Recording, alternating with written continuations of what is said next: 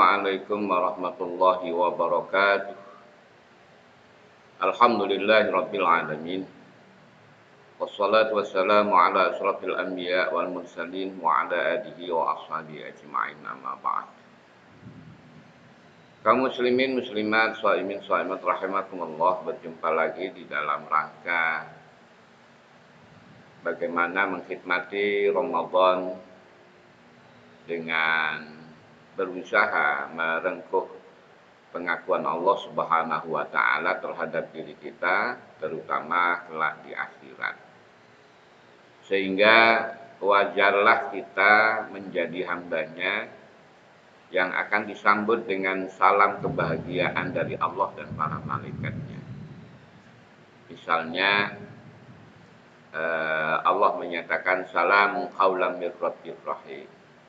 Atau di dalam ungkapan yang lain, salamun alaikum tibtum fadkhuluha khalidin. Dan yang terpenting adalah ketika Allah menyatakan fadkhuli fi ibadi wadkhuli jannati.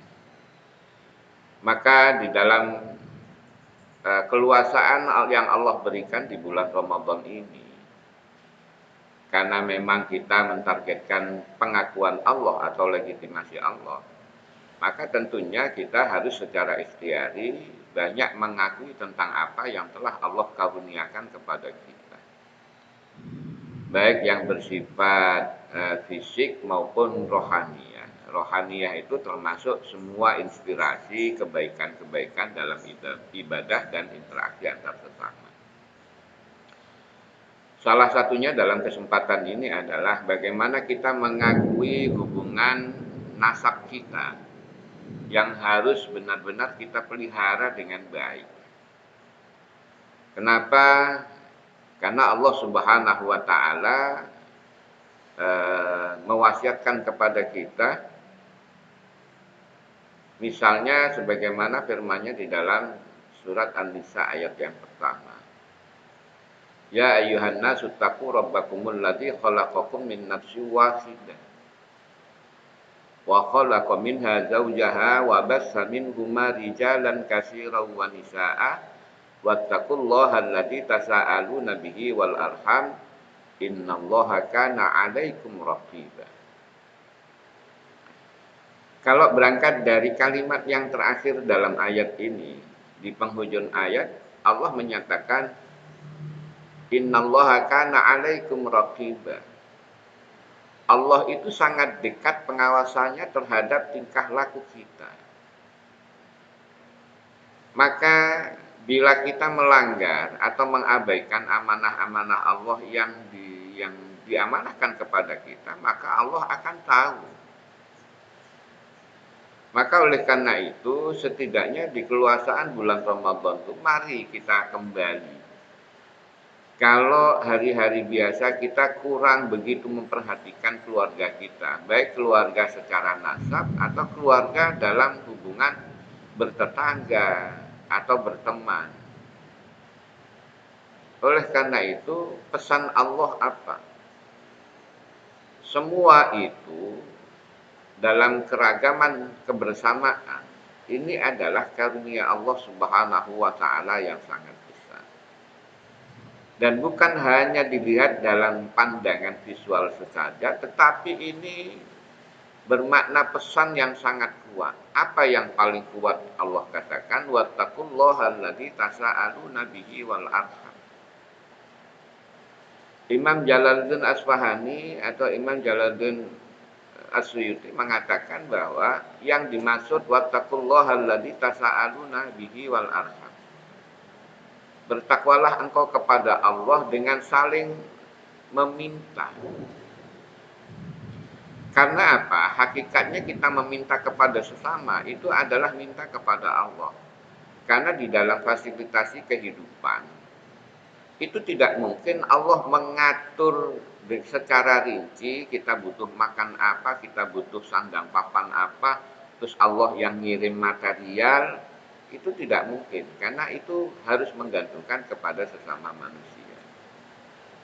Maka oleh karena itu Imam Jalaluddin As-Suyuti dan Imam Jalaluddin As-Fahmi itu menafsirkan Yang dimaksud wattaqullaha alladzi tasaaluna bihi wal arham itu adalah tatasaaluna bainakum billah wa tansuduna bainakum billah. Artinya kita harus saling memberi dan meminta antar kita, antar sesama kita. Nah, kalau secara gradual yang paling kita pentingkan, prioritaskan itu adalah hubungan nasab. Nah, di bulan Ramadan ini setidaknya kita perkuat kembali bukul-bukul atau ikatan-ikatan yang longgar, kita perkuat kembali dengan kemampuan kita memfasilitasi. Artinya di mata saudara kita, baik saudara nasab maupun saudara kerabat, itu kita ini sebagai fasilitator. Pemenuhan kebutuhan fasilitas kehidupannya yang mencakup moralitar dan material. Maka kalau kita di bulan Ramadan mampu membangun dan menyuburkan sifat-sifat penjaminan terhadap kesejahteraan, keamanan, kebahagiaan, kecukupan, kebutuhan, maka ini akan menjadi dambaan bagi Allah Subhanahu wa Ta'ala. Maka mari kita akui dulu siapa kerabat kita, dan kita akui dulu bahwa itu bagian dari amanah Allah kepada kita. Kita diamanahkan oleh Allah, kita diamanati oleh Allah atas saudara kita diamanati oleh Allah atas diri kita.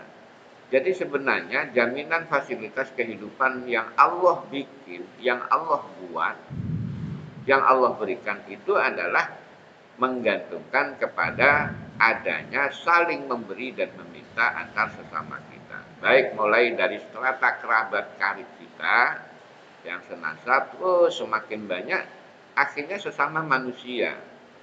Dalam arti sesuai dengan tingkat nilai kebutuhan. Walaupun kita dikumpulkan oleh Allah dalam perbedaan agama, tetapi kebutuhan-kebutuhan dunia kita akan mengikat kepadanya.